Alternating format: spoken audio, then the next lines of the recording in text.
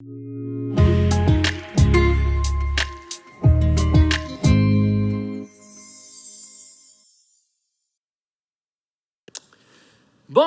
eh bien, on démarre aujourd'hui.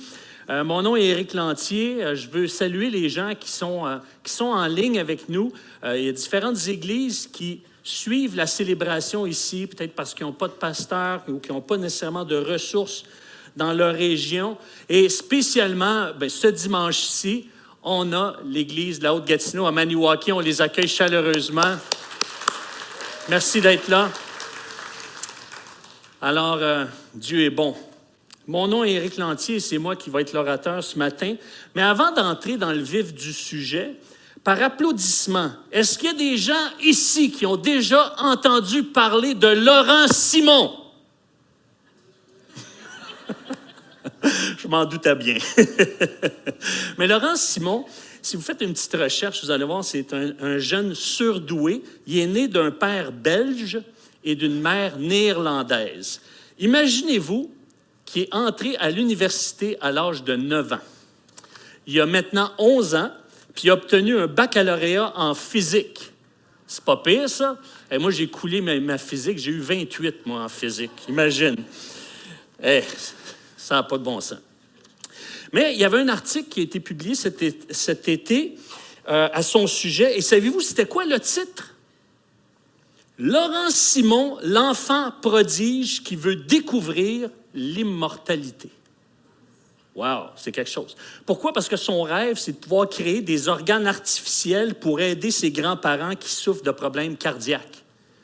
Alors, il est motivé. Écoutez, je dis, c'est toute une grande motivation, hein, tu sais, quand tu as 9, 10, 11 ans, puis tu penses à des choses comme ça, et que tu te donnes des moyens pour y arriver, c'est phénoménal. Alors, des enfants comme ça, ils n'en courent pas les rues. Hein? Puis, j'imagine que ses parents doivent être fiers de lui. Tu sais, je veux dire, c'est un phénomène. C'est quelque chose d'inimaginable. Mais maintenant, on n'a pas besoin d'avoir un enfant surdoué pour être fier de lui. Parce que à chaque fois qu'un enfant fait des progrès, s'améliore, ou ne serait-ce que démontre du respect envers les gens, mais en tant que parents, normalement, ça nous rend fiers. Et beaucoup d'adultes recherchent à entendre, spécialement de leur père, cette phrase « Je suis fier de toi ». Et c'est incroyable le nombre de personnes que je peux côtoyer, que ce soit au niveau du coaching ou dans d'autres circonstances, qui ont à l'intérieur d'eux ce besoin d'entendre de leur père « Je suis fier de toi ». Et un grand nombre de personnes sur la planète souffrent d'avoir jamais entendu cette phrase « Je suis fier de toi ». Et savez-vous ce qui rend un père fier? C'est de voir son enfant progresser. Il y a eu un sondage qui a été piloté par la firme Crop. Et cette firme-là, Crop, a consulté des parents québécois. Et ce sondage a révélé que l'épanouissement personnel de leur enfant était à leurs yeux le sujet de fierté le plus important. Et là, pour sa part, Dieu, qu'est-ce qui rend Dieu fier de ses enfants? Eh bien, la parole de Dieu nous révèle que ce qui rend Dieu fier de ses enfants, c'est de voir sa sagesse contribuer à notre développement. C'est ce qu'on peut lire dans le Proverbe 23,15. Proverbe 23,15 nous dit « Mon fils, si ton cœur est sage, mon cœur à moi sera dans la joie. » Ça réjouit le cœur de Dieu d'être animé de sa sagesse, de démontrer sa sagesse en action. C'est pour ça qu'on a entamé une série sur l'Évangile dans les Proverbes qui a été amorcée la semaine dernière par le pasteur Normand, parce que ça réjouit le cœur de Dieu de nous voir parler, agir, interagir et réagir avec sagesse. Quand Dieu manifeste sa sagesse au travers de nous, ça le glorifie. Ce qui est intéressant, c'est que le livre des Proverbes nous dévoile l'amour paternel de Dieu. On voit le cœur du Père envers son Fils et qui est en train de l'instruire pour qu'il devienne sage. Dans la première partie du livre des Proverbes, on voit un père qui donne des instructions à son fils. C'est Dieu qui instruit ses enfants qu'il a adoptés. C'est le père aimant qui instruit son fils, comme on peut le voir dans la vie courante. Hein? Les meilleurs moments pour instruire notre fils, c'est en marchant avec lui, dans la chaloupe, en conduisant notre enfant, par exemple, à la pratique de hockey ou de foot, en lui disant « Je veux que tu saches que je veux te donner ce qu'il y a de mieux. » Et moi, je peux vous dire une chose, même les erreurs que j'ai faites en tant que père, c'était toujours pour donner ce qu'il y avait de meilleur à mes enfants. C'est sûr que si c'était à recommencer, je ferais les choses différemment, mais la sagesse, des fois, ça prend des années avant qu'elle fasse son œuvre. Mais les Proverbes nous enseignent également que cette sagesse qu'il veut nous offrir est un cadeau de lui à nous. C'est un cadeau qu'il veut nous offrir. Et derrière chaque proverbe, on voit un Père qui œuvre en notre faveur pour nous protéger, pour nous sortir du pétrin, pour nous transformer, pour nous délivrer des pièges dans lesquels on est facilement tombé. Moi, je peux m'identifier à ça. Moi, je suis un gaffeur professionnel. Fait que c'est moi, souvent, je dis « Hey, Seigneur, peux-tu m'en sortir de celle-là? Il me semble que j'ai besoin de ton aide, Père. » Les Proverbes révèlent un Dieu actif qui travaille en notre faveur et qui nous offre de vivre de nouveaux départs reconstruits sur sa sagesse. Les Proverbes ne peuvent se lire sans relation avec Dieu parce que cette relation fait appel au fait qu'on veut entendre le conseil de notre papa qui veut notre bien. Si on se tourne vers les Proverbes pour recevoir la sagesse de Dieu, c'est parce qu'on veut se laisser instruire par lui. On veut comprendre son point de vue. On veut comprendre son optique. On veut apprendre ce qu'il y a pour nous. Puis on retrouve cette sagesse au travers de la personne de Jésus, qui est dépeinte dans les Proverbes. Puis on le voit aussi en action dans les Évangiles, manifester cette sagesse qu'on retrouve dans les Proverbes. Et c'est au travers du livre des Proverbes qu'on découvre le caractère du Christ, sa pensée, ses agissements, son éthique, son étiquette, et ça dans plusieurs domaines de la vie, dans sa relation avec son Père, dans sa gestion de sa vie personnelle, interpersonnelle et même professionnelle à certains égards. On va donc voir ensemble que plus la sagesse de Dieu guide notre vie, plus le Seigneur est glorifié par nos vies. Mais avant d'aller plus loin, je vous invite à vous recueillir avec moi. On va demander à Dieu de parler à nos cœurs ce matin. Prions, s'il vous plaît. Gloire à toi, Seigneur. Père, on a tellement besoin que tu nous parles, que tu nous rappelles que tu nous aimes, que tu veux notre bien. Et si on vient à toi, si on est à l'écoute de ta parole, c'est parce qu'on veut recevoir de toi. Puisses-tu nous donner des paroles aujourd'hui, des pistes pour méditer et pour enrichir notre cœur tout au long de la semaine. On te le demande dans le nom de Jésus et pour la gloire de Jésus. Amen. Donc, pour bien comprendre la sagesse, c'est important de la définir. Et il y a plusieurs définitions qui sont intéressantes de la sagesse. Certains ont dit que la sagesse, c'est l'application de la connaissance ou la démonstration de l'intelligence. D'autres vont dire que c'est un comportement qui est conforme à une éthique.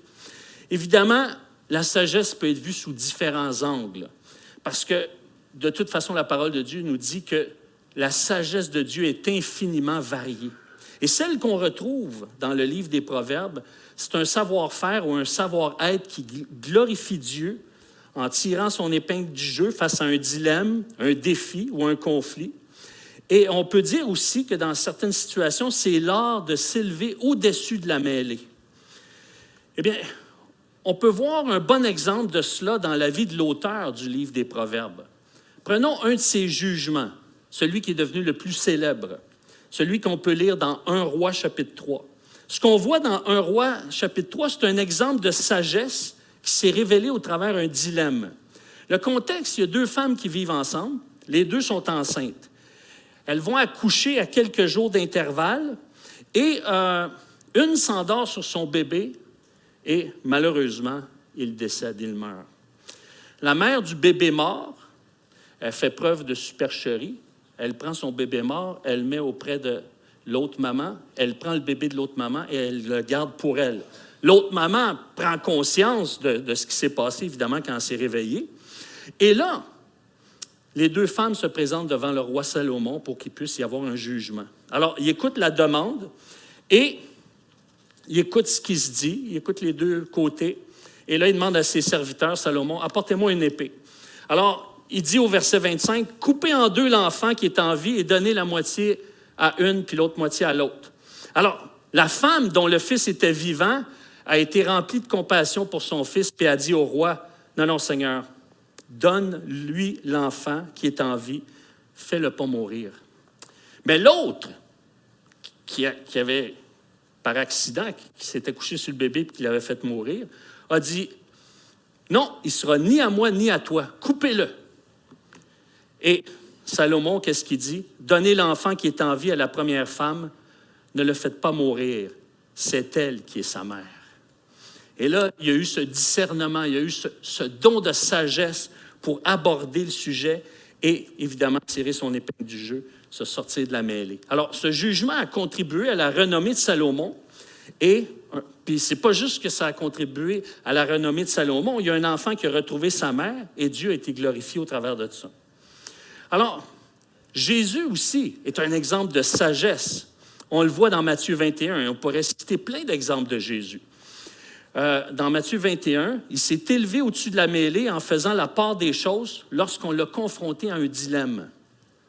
Et souvent, c'est là que la sagesse de Dieu se révèle, devant un dilemme. Qu'est-ce qui est dit dans Matthieu 21? « Dis-nous ce qu'il t'en semble. Est-il permis ou non de payer le tribut à César? » En d'autres mots, est-ce que l'argent qui devrait servir à glorifier Dieu doit être donné à un dirigeant qui ne dirige pas l'Empire selon les voies de Dieu? Et dans Matthieu 22, 21, eh bien, Jésus répond en disant, « Donnez à César ce qui est à César et donnez à Dieu ce qui est à Dieu. » Et c'est là qu'il a confondu tout le monde. Mais c'était une parole de sagesse. La sagesse dans la vie de tous les jours, c'est l'art de s'élever au-dessus de la mêlée, de surmonter un défi, de trouver son chemin quand on fait face à un dilemme ou une impasse. Et comme on l'a vu avec le pasteur Normand dans le Proverbe 1,7, le point de départ de la sagesse, c'est de révérer Dieu. Parce que la sagesse glorifie Dieu. Puis, à chaque fois que la sagesse de Dieu se manifeste, eh bien, c'est à l'honneur de Dieu. Et ce qui est encourageant, c'est que le Seigneur nous offre sa sagesse. Il la donne à ceux qui désirent glorifier Dieu dans leur vie. C'est ce qu'on peut lire dans Proverbe 2, les versets 3 à 6. Oui, si tu as fait appel au discernement, si tu cherches l'intelligence, si tu la recherches comme de l'argent, si tu creuses pour la trouver comme pour découvrir des trésors, alors tu comprendras ce qui est révéré. Alors tu comprendras ce qui est révéré, ce qu'est révéré l'Éternel, et tu apprendras à connaître Dieu, car l'Éternel donne la sagesse, et ce sont ses paroles qui procurent la connaissance et l'intelligence. Dieu la donne, Dieu l'offre, Dieu dit, elle est disponible, cette sagesse-là. Maintenant, pourquoi Dieu veut nous la donner au travers le livre des Proverbes? Bien, pour mettre en valeur l'Évangile, parce que les Proverbes nous enseignent que la folie est attachée au cœur de l'enfant. Puis moi, en tant qu'enfant de Dieu, je suis davantage guidé par ma vision des choses, ce qui m'amène plus souvent qu'autrement dans le pétrin. Et puis moi, je peux vous dire une chose, j'ai besoin de la sagesse de Dieu, j'ai besoin de l'Évangile pour être sage, parce que pour moi, c'est tellement facile de dire des niaiseries, là. C'est facile. Ça sort. Dans ma tête, il y a tellement de niaiseries qui se passent là, dans un quart de seconde. C'est incroyable. Pour moi, c'est un peu comme un trampoline. Moi, les niaiseries sautent, puis ça saute, ça n'arrête pas. Puis le Seigneur m'a appris à faire attention à ma langue parce que sans m'en rendre compte, il y a des fois que par mes niaiseries, j'ai blessé des gens. Je ne voulais pas te faire pleurer, excuse-moi. À un moment donné, il faut que je vous en conte une. Et que je ne suis pas fier de celle-là. Je suis vraiment pas fier. Ça. Mais tu sais, juste pour vous montrer comment j'ai pu être niaiseux, être cave, ça n'a pas de sens. Bon, j'avais peut-être 19-20 ans dans ce temps-là. Il y a un mariage. Là, je vois une madame qui vient, puis le marié, il me présente sa mère. Puis sa mère avait des grosses mains. Elle me donne la main. Là, je suis impressionné. Puis là, spontanément, je dis une niaiserie, je dis, ouais, j'aurais pas aimé ça, avoir une claque sur les fesses avec des mains de même. C'est comme, c'est sorti de ma bouche, j'étais comme, ah, trop tard, c'est sorti, je voulais la récupérer. Puis là, j'ai vu sa face, sa tête penchée. Qu'est-ce que je viens de dire là? Là, je me sentais mal, j'étais tout à l'envers. Je vais la revoir, je dis, est-ce que vous voulez me pardonner? Puis là, elle se met à pleurer. Elle dit, moi, j'ai élevé mes enfants tout seul, puis j'ai jamais frappé mes enfants. Là, j'ai vu que une niaiserie, ça peut blesser des gens, c'est incroyable. Et c'est pour ça que j'ai besoin de l'Évangile pour être sage, parce que c'est tellement facile pour moi de réfléchir après avoir parlé. Et c'est exactement ce que le Nouveau Testament nous démontre dans Tite 2, 11 à 13. Je vous invite à le prendre en note et le relire. Tite 2, 11 à 13, dans ce passage, on constate que l'Évangile nous enseigne à vivre avec nos contemporains conformément à la sagesse de Dieu. C'est la grâce de Dieu qui nous enseigne à vivre conformément à la sagesse. Et les proverbes sont remplis de ces cadeaux qui nous sont donnés. C'est par la sagesse que Dieu nous donne que l'Évangile peut être observé au travers de nos vies. Quand on reçoit la sagesse de Dieu, quand la sagesse de Dieu nous habite dans nos paroles, dans nos comportements, dans nos actions, dans nos interactions, ça glorifie Dieu dans le siècle présent. Et si Dieu était capable de me donner de la sagesse dans certaines circonstances, vous pouvez me croire, il peut la donner à n'importe qui. Écoutez, quand j'étais à l'école, là, j'étais celui qui battait les records de retenue. OK, pour ceux qui ne sont pas nés au siècle dernier, là, à cette époque, dans l'ancien temps, les retenues, ce n'était pas que tu avais un cours qui t'apprenait à retenir ta langue. Les retenues, c'est que tu allais passer dans un local, puis tu attendais debout, en silence, parce que tu avais fait une niaiserie à l'école. Ça pouvait être une demi-heure, une heure, tout dépendant. Puis ça a progressé. Au début, on était debout en silence. Après ça, ils nous donnaient des choses à écrire, comme des textes à lire puis des réponses. Mais moi, j'écrivais des niaiseries. Je disais, ma grand-mère, pourquoi dans ce texte, l'auteur nous parle de la bonté? Ben, je dis parce que ma grand-mère a compté un but au hockey avec un ballon de football. J'écrivais toutes sortes de niaiseries, tu sais. Puis après ça, ils disaient, bien, OK, vu que ça ne sert à rien faire ça, on va leur permettre de faire leurs devoirs. Okay? Puis là, c'était pas pire, je faisais mes devoirs, j'arrivais chez nous, j'en avais plus. Mais moi, j'ai battu le record, j'étais toujours retenu. Pourquoi je disais des niaiseries à l'école? Ça n'a pas de sens. Puis, savez-vous quoi? Je peux dire une chose, c'est que Dieu est capable de transformer quelqu'un qui dit puis qui fait des niaiseries, puis est capable de donner de la sagesse puis de nous faire grandir en sagesse. Et moi, à chaque fois que Dieu me donne une pensée de sagesse, une parole de sagesse ou d'agir sagement, savez-vous quoi? Je peux juste glorifier Dieu parce que je sais que ça ne vient pas de moi. Je sais que ça vient de lui. Parce que ça me surprend à chaque fois. Et quand il me la donne, je peux juste rendre gloire à Dieu. Notre éthique de vie, notre bonne manière de vie, celle qui se démarque, qui est inspirante, ne vient pas de notre habileté personnelle en tant que chrétien. Elle provient de la puissance de l'Évangile. C'est ce que Paul déclare dans 2 Corinthiens 1,12. Dans 2 Corinthiens 1,12, c'est écrit « Car ce qui fait notre gloire, c'est ce témoignage de notre conscience que nous nous sommes conduits dans le monde, et surtout à votre égard, avec sainteté et pureté devant Dieu. » Tu ne peux pas avoir plus lumineux que ça, se conduire devant les hommes et devant Dieu avec sainteté et pureté. Mais si on s'arrête là, on perd le punch. Parce qu'il dit non point avec une sagesse charnelle, mais avec la grâce de Dieu. Ce n'est pas par mes habiletés personnelles, ce n'est pas par mes capacités personnelles, ce n'est pas par la sagesse que j'ai développée que je vais glorifier Dieu, mais c'est par la puissance de son Évangile.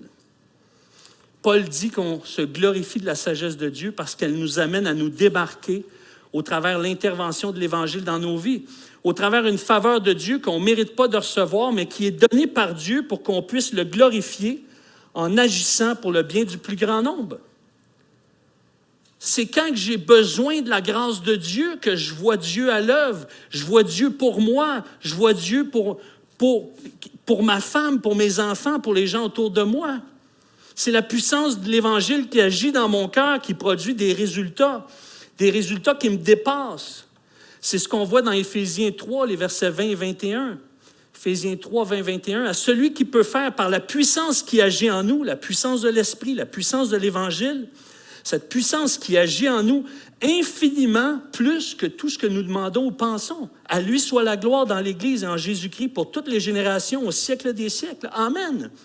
C'est sa puissance qui agit en nous, qui nous émerveille, qui dépasse notre compréhension.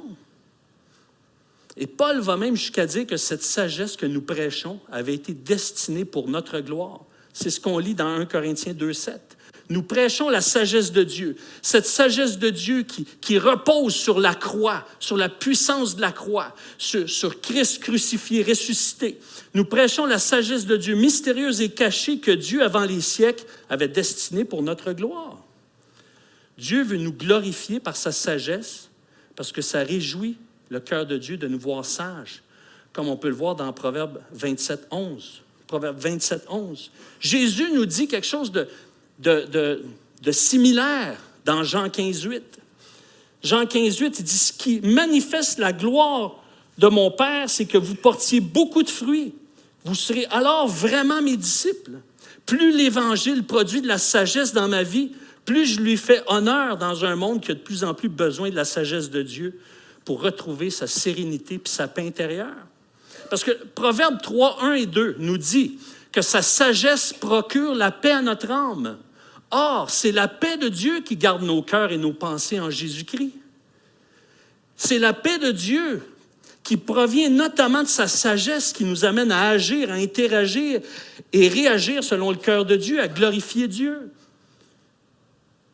Plus je dépends de l'Évangile, plus je vois mes manquements, moins je peux taper sur la tête de mon voisin parce que je vois mon incapacité, mais je vois Dieu me donner les ressources au travers de la sagesse pour grandir, croître, et c'est son œuvre dans mon cœur, dans notre cœur. Moi, j'ai tellement besoin de cette sagesse de Dieu parce que tous les jours, je fais face à des défis, puis souvent, ils me dépassent. Que ce soit avec ma femme, mes enfants, mes collègues, les gens qui me suivent sur les réseaux sociaux ou dans les médias. Mais la bonne nouvelle, c'est que Dieu donne sa sagesse. Elle est disponible pour nous. Dans Jacques 1, les versets 3 à 7, il nous dit que si on manque de sagesse, on n'a qu'à la demander. Je me souviens quand j'étais au Saguenay comme implanteur d'église, j'avais une vieille voiture. Puis à un moment donné, je n'avais pas d'argent pour la réparer. Mais mon collègue pasteur, il m'a prêté la sienne, il n'avait pas besoin à ce moment-là. Et, bon, j'avais mon stationnement, j'avais un appartement sur la rue Sydenham à Chicoutimi. Mais il y avait un stationnement pour les visiteurs, donc je mettais l'auto de Réal là. Mais là, à un moment donné, la dernière journée, j'allais porter l'auto à Réal. Il y a un gars qui rouvre sa fenêtre. Il dit « Toi, mon bip, bip, bip! » Je dis « Qu'est-ce qu'il y a, monsieur? » Il dit « Là, t'arrêtes pas d'utiliser le stationnement de visiteurs. C'est pas pour toi, c'est pour les visiteurs. » Et là, je me dis « Ah, boy! » J'avais le goût d'y lancer des mots d'église, tu sais, puis... Puis c'est là, il y a comme... Il y a une pensée de Dieu qui est venue dans mon cœur. Je ne sais pas d'où elle vient juste de Dieu. Puis c'est comme ça a changé mon attitude. J'ai dit, le Seigneur m'a dit, dis-y ça. Merci beaucoup, monsieur, pour votre patience. Parce que je sais que j'en ai abusé un petit peu. Merci, c'est la dernière journée aujourd'hui. Et comptez sur moi, je vais collaborer. Et le gars, il s'attendait à ce que je m'ostine avec. Puis ça aurait été mon tempérament, ça. Dire, hey, toi, là, t'as pas de compassion, puis tu comprends pas ce que c'est. C'est comme je m'en allais me justifier. Puis ça, c'était mon réflexe. Mais Dieu donne sa sagesse. Mais vous allez peut-être me dire, Éric, moi, je la demande des fois au Seigneur, mais il ne me la donne pas. OK. Il y a des conditions qui qui sont exprimés dans la parole de Dieu qui fait que Dieu ne donne pas sa sagesse. Dieu ne donne pas sa sagesse à ceux qui s'entêtent à ne pas lui faire confiance. C'est ce qu'on voit dans le Proverbe 1, les versets 23 à 32.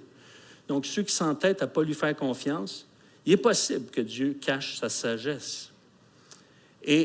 Mais par contre, parfois, comme je vous ai donné des exemples, Dieu peut donner de la sagesse dans une circonstance, puis avoir l'idée, avoir la réaction qui comble le besoin. Mais d'autres fois, elle ne s'obtient pas nécessairement instantanément. Des fois, ça demande de la patience. Pourquoi? Parce qu'elle s'obtient souvent en écoutant. C'est ce qu'on peut lire dans Proverbes 1, 5 et 6. Et ça, messieurs, je vous dis que c'est un bon conseil de sagesse quand c'est le temps d'écouter notre femme particulièrement.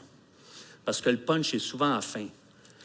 C'est pour ça qu'il ne faut pas l'interrompre quand il est dans un élan. Le punch est à la fin, les gars. C'est là que ça se passe. C'est là qu'on comprend tout. Alors, que le sage écoute, et il augmentera son savoir. Celui qui est intelligent gagnera en habileté pour comprendre les proverbes et les paraboles, les paroles des sages et leurs énigmes. Écoutez. C'est un des plus grands besoins du 21e siècle, de savoir que quelqu'un nous écoute. Plus j'écoute, plus je peux comprendre ce qui se dit, ce qui se vit, ce qui se cache derrière les mots. Écouter, c'est la plus haute forme de sagesse parce que même l'insensé, quand il se tait, passe pour un sage. C'est ce qu'on voit dans Proverbe 17, 28. Même le fou, quand il se tait, passe pour un sage. Celui qui ferme ses lèvres est un homme intelligent. Et Patrick Huard l'a compris, ça. Alors, plus j'écoute, plus j'ai l'air sage. Et plus j'écoute, plus j'ai la possibilité de devenir sage. Surtout si j'écoute pour essayer de comprendre. En d'autres mots, même notre silence glorifie Dieu. Je désire également cette sagesse parce qu'elle est un symbole de maturité et d'expérience. Vouloir être sage est un signe d'humilité parce que seul un sage veut apprendre d'un plus sage. Jésus nous dit dans Matthieu 11, 29 de venir à lui pour être instruit, lui qui a été fait pour nous sagesse, dans 1 Corinthiens 1, 30. Maintenant, autant l'écoute nous aide à grandir en sagesse, autant il y a un obstacle qui peut réduire notre capacité d'être sage. La recherche a observé que lorsque je dis « je sais »,« je le sais »,« ah ouais, je le sais », notre cerveau n'est plus en mode d'apprentissage. C'est comme si les portes de l'ascenseur se ferment. Je le sais, j'ai plus besoin d'apprendre, je le sais. Maintenant, c'est vrai qu'on sait des choses, on connaît des principes, qu'on a emmagasiné des informations au fil du temps. Par contre, pour ne pas freiner notre développement, on peut le reformuler d'une autre façon, comme « c'est intéressant, c'est un bon rappel, j'ai besoin de le réentendre, j'ai besoin de me le répéter, je ne l'avais pas vu sous cet angle, moi aussi je pense ça, ça fait du bien à entendre, etc. » Donc, d'être ouvert et de laisser justement notre écoute, laisser notre interlocuteur nous parler et être à l'écoute. Alors, pour recevoir la sagesse de Dieu, j'ai besoin, premièrement, de reconnaître mon besoin de sagesse, mon manque de sagesse. C'est ce qu'on voit dans Jacques 1,5. À un moment donné, j'étais dans l'auto avec ma femme, puis je cherchais à la corriger, tu sais, en disant « Non, pourquoi tu t'inquiètes? Fais-t'en pas, ça va bien aller. » Tu sais. Et là, mais je voyais que, bon, ça met de l'huile sur le feu, ça la rendait plus stressée encore. Je dis « Colin, Seigneur, j'étais là dans ma tête pendant qu'elle parlait. » Je dis « Comment ça se fait, Seigneur? J'essaie de l'encourager, mais ça fait pire. » Là, Seigneur, peux-tu me donner ta sagesse, s'il vous plaît? Écoute-la. OK. Je l'écoute, puis je dis « Ah, chérie, dans le fond, tu as juste besoin d'être rassurée. Hein? Ah, ben oui, c'est pas grave. La personne, là, elle te connaît, elle ne te verra pas sous cet angle-là parce que tu n'es pas caractérisé par ça. » Puis là, c'est pouf, tout a tombé. Recevoir la sagesse de Dieu en la demandant, en apprenant de nos erreurs. Le psaume 32.10b nous dit, psaume 32.10b, celui qui se confie en l'Éternel est environné de sa grâce. La grâce de Dieu me rend sage parce que j'ai besoin, à chaque fois que j'ai passé à côté, de ce qui est sage aux yeux de Dieu. C'est quand je vois mon manquement que là, j'arrive à Dieu et je dis, là, j'ai besoin de ta sagesse. Je veux apprendre pour mieux faire. Pour recevoir la sagesse de Dieu, j'ai besoin aussi de laisser la souffrance et le deuil m'instruire. Lorsqu'on compare le texte d'Hébreux 5.8 et de Luc 2.52, on voit que c'est au travers de la souffrance que Jésus, notre modèle, a grandi en sagesse, en stature et en grâce. On apprend les vraies leçons de la vie au travers de la souffrance et le deuil. Les plus grandes leçons de vie, en fait. M'inspirer de Jésus, si je veux recevoir la sagesse de Dieu, j'ai besoin de m'inspirer de Jésus. C'est en l'observant dans les évangiles que je vais devenir sage. Lorsqu'il est mis au défi par ses adversaires, lorsqu'il aborde les gens, il tient compte de leur identité, de leur contexte. Et quand il garde le silence, la sagesse de Dieu parle. Il y a un temps pour se taire, un temps pour parler. On le voit dans le Proverbe 26, 4 et 5. Vous savez, c'est 2 versets, un après l'autre. Ce n'est pas une erreur de parcours, ce n'est pas une distraction du Saint-Esprit. Ne réponds pas à un homme stupide suivant sa folie si tu ne veux pas lui ressembler toi-même. Réponds à un stupide suivant sa folie si tu ne veux pas qu'il se considère comme sage. Et là, on dit, ben oui, on répond-tu ou on ne répond pas? Ben, ça dépend du contexte. C'est la deuxième partie qui révèle quand répondre ou quand ne pas répondre. Lorsqu'une stupidité est dite, si tu veux paraître pour un sage, réplique pas. Si tu veux qu'il sente qu'il n'a pas l'affaire, réponds-lui par une bêtise. Ça va faire toute la différence. Je me souviens une fois, j'étais interviewé au 98.5 par Benoît Dutrisac. Puis, il me dit, je suppose que vous, parce que vous êtes chrétien, vous ne regardez pas la télé, hein? J'ai dit, non, je ne la regarde pas. Là, il me regarde. Ah, je le savais. J'ai dit, ben non, c'est une farce. Et là, ça y a coupé les jambes. Ça y a coupé les jambes. On va dire, voyons donc, je suis au 21e siècle. C'est pas parce que je suis chrétien et je ne regarde pas la TV. Voyons donc. C'est comme, il y a un temps pour se taire, mais il y a un temps pour dire, je me souviens, je travaillais dans une épicerie. J'étais en charge des produits congelés puis réfrigérés. Là, je ne travaillais pas à SQDC, là. Je travaillais dans une épicerie. Alors, là, à ce moment-là, voyez-vous comment des fois j'en sors des niaiseries, ça n'a pas de bon sens. Elle n'était pas dans mes notes, celle-là, en plus. J'aurais dû me taire. Bon, merci Seigneur pour ta grâce. Amen. Alors, là, mais fallait toujours que je passe par la boucherie pour aller dans les congélateurs, tu sais. Mais le responsable de la boucherie, lui, il n'était pas bouché pantoute. Il n'arrêtait pas de me taquiner puis souvent de m'insulter parce qu'il savait que j'étais chrétien. Tu sais, j'avais témoigné, tout ça, j'avais donné un dépliant. Dans ce temps-là, on donnait des dépliants, là, des petits papiers, là, des traités qu'on appelait à l'époque. Fait que là, lui, il se moquait de moi. Il n'arrêtait pas de se moquer de moi. Puis le Seigneur disait, je n'avais pas écouté Patrick Huard dans ce temps-là, mais le Seigneur, il me disait, boucle-la. Tu sais. Fait que, OK.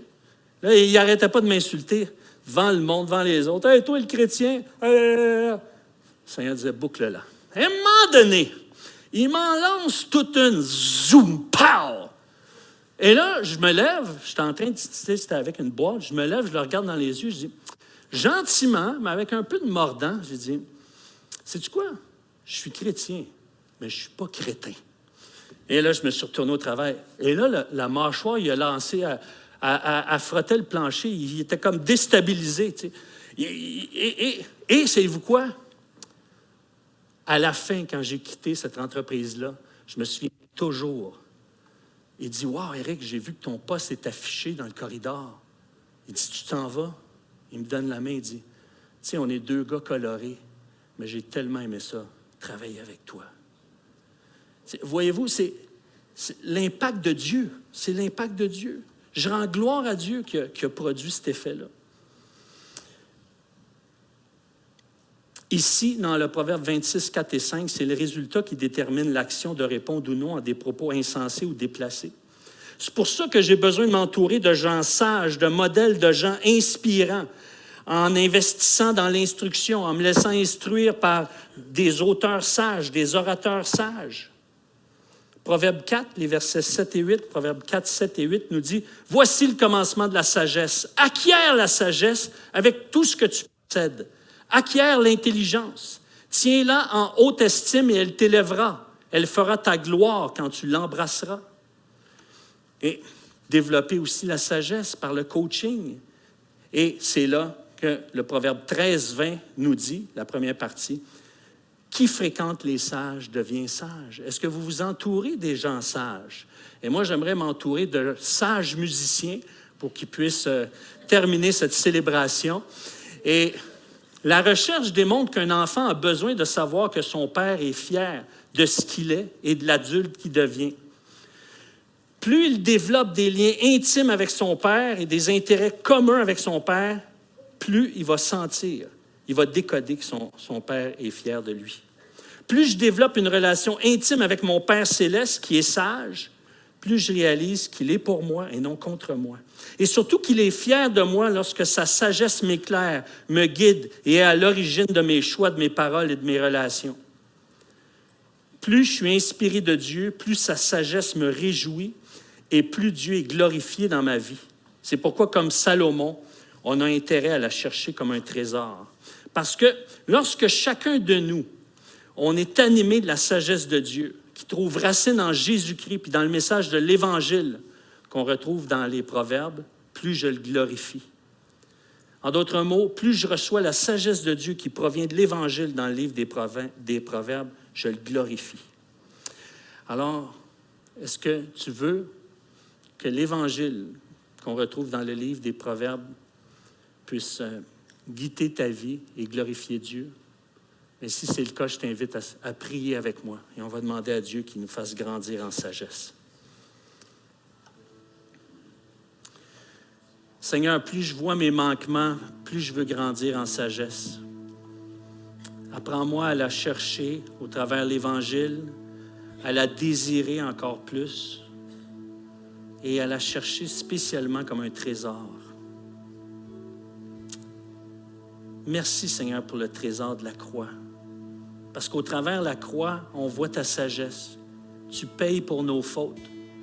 Tu nous rappelles que notre dette, elle est payée. Nos manquements sont payés. Nos péchés sont payés. Nos transgressions sont payées. Notre rébellion est payée. Et c'est Jésus-Christ qui l'a payé.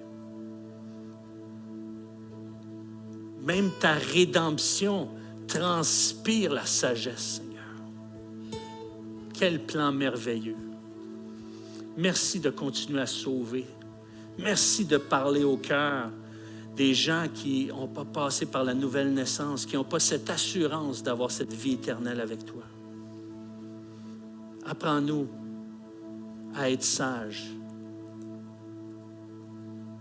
Merci pour l'Évangile qui nous rend sages, parce que c'est plus grand que nous. Ta sagesse, elle est trop grande, mais on en a besoin, Seigneur. Merci que tu la donnes. Dans le nom de Jésus. Amen. Merci, bonne semaine.